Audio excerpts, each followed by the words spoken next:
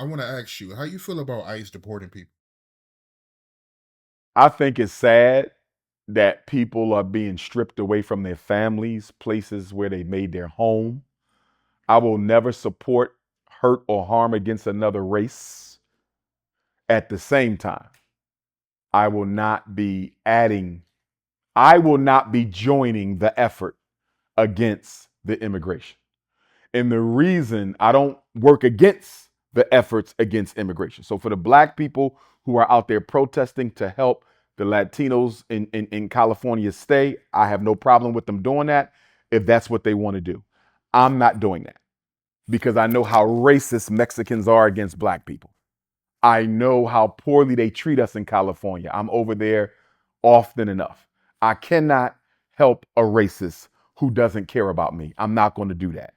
Okay. I believe that we need to fight for ourselves and stop fighting for everybody else, Art. I don't like the fact that every race considers black people their de facto advocates and protesters. I don't like that. People automatically assume that African people, this is global, Art. This is not just America. This is global. People automatically assume that African people are supposed to rush in the defense of other groups. I don't like that. When I didn't rush in defense of Gaza, although I said that I don't want to see anybody hurt, I don't want to see nobody murdered. I don't like the fact that Israel cut off their food, their water. That's wrong, and I don't support it.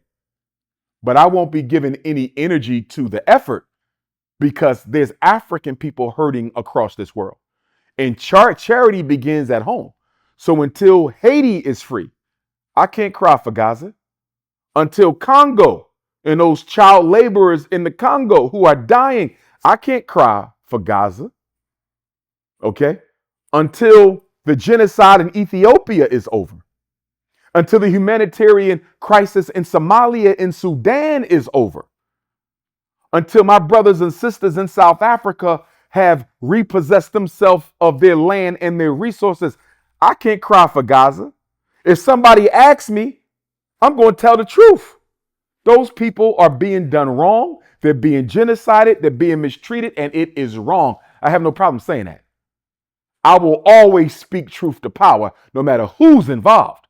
But to ask me to go protest for another group who practices racism against Africans right there in the Middle East, I'm not going to do that. Go to California and protest another group, help another group who practice racism against black people in California. I'm not going to do that. I'm not going to work against the Mexican people. I'm going to work against the Arabs, the East Indians, the Chinese. I'm not working against no people because I know what my people have been through.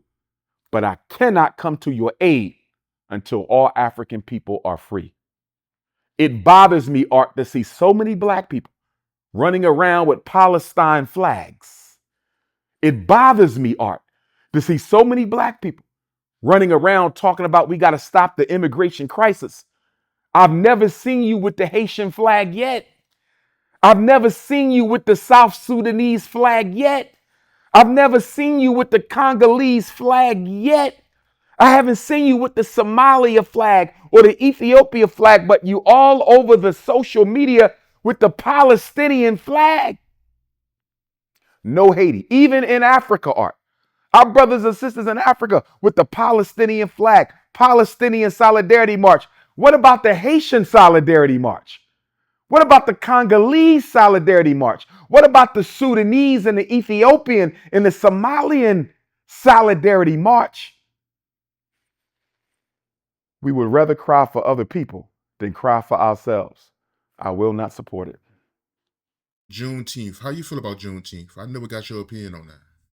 Juneteenth has been completely hijacked and stripped of its value. Some people thought Donald Trump was going to sign an executive order to get rid of Juneteenth. He can't. Only an act of Congress can undo a federal holiday. So that's why Donald Trump, he would have if he could have. He couldn't touch it. Okay?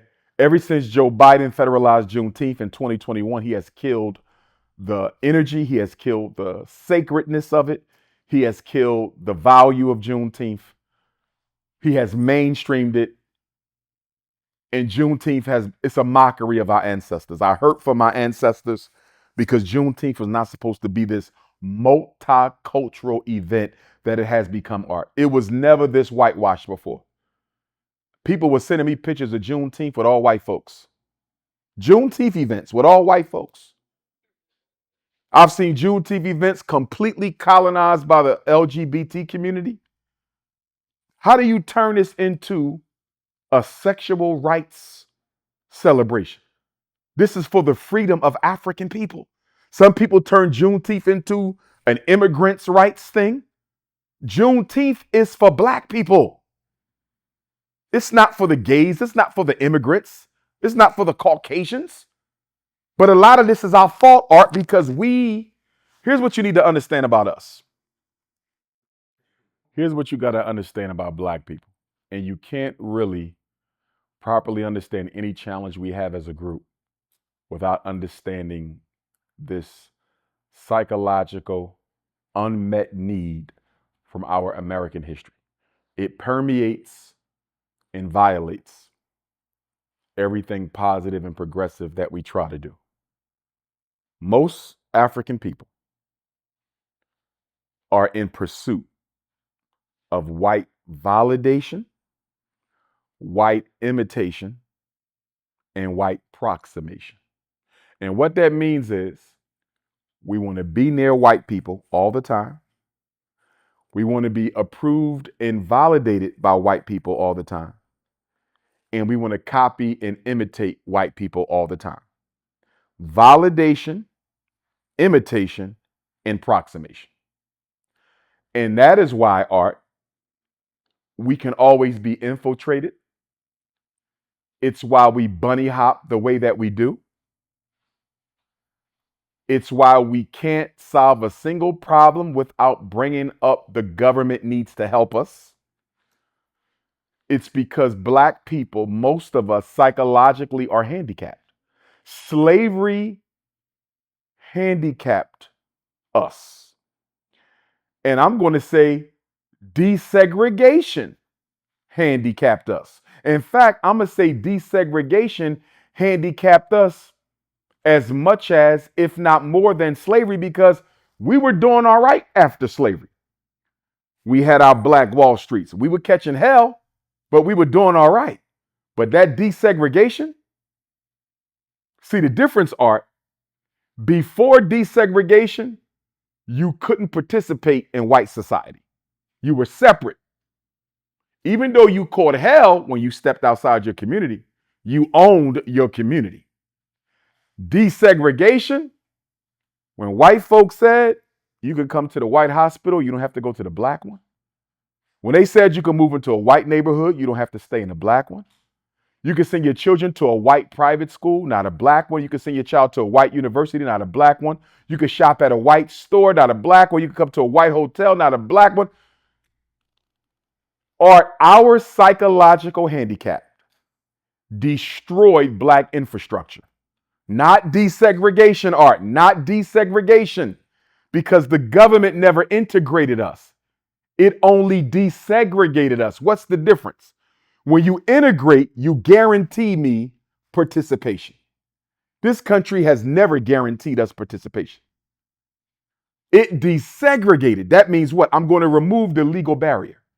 So they removed the legal barrier from you being able to move into the suburb. They removed the legal barrier from you being able to send your child to a white school. They removed the legal barrier that kept you from sleeping in a white hotel. They didn't make you go to the white hotel. They didn't make you go to the white school. They didn't make you marry the white woman. They didn't make you move into the white neighborhood. You see that? We volunteered for segregation. I want to be clear about this, Art. The government desegregated. We chose to integrate. You see the difference? All the government says, no more laws to keep you out. That's all the government did. There's no more laws that keep you out. Desegregation. We're going to get rid of the laws and the barriers to access. Black people were the ones who integrated. We forced ourselves onto white folks. And then we blamed Dr. King, even though desegregation didn't even come until after Dr. King was in the grave after the FBI assassinated him. And I ask black people all the time, did Dr. King make you marry a white girl? Did Dr. King make you send your child to a white college? Did Dr. King make you work for a white university instead of a black one? Come on. These are not Dr. King's decisions. These are your decisions. And so until we deal with that stain of inferiority, because we have it, Art.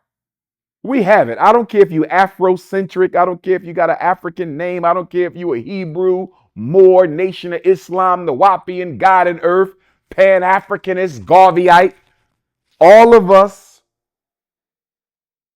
have been impacted by the collective unconsciousness and the inferiority that has been placed in it through 20 centuries of conditioning through slavery. None of us have not been impacted.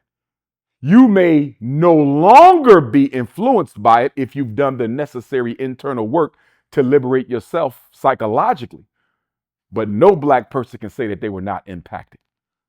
We got light skin supremacy, dark skin supremacy. We are impacted by it. All 9 of the black Greek fraternities and sororities at one time or another practiced light skin supremacy. You couldn't get in if you wasn't a certain complexion. All of us have been impacted by the stain of racism. And until we liberate ourselves, what did Bob Marley say? And he was a bunny hopper, but I like Bob. None but ourselves can free our minds. Marcus Garvey said, free the minds of men, and you ultimately liberate the bodies of men. Only we can free our minds. But let us not mistake that American society for the black person is a constant reminder of how unimportant you are. And if we want to help our children be confident about being African, we have to build a society that values them as the central participant and not as a marginal actor. As long as we're dependent on white people and their institutions, our children will always have self-esteem problems. That's why I'm such a stickler and advocate for independent black institutions so we can build independent black systems and independent black communities.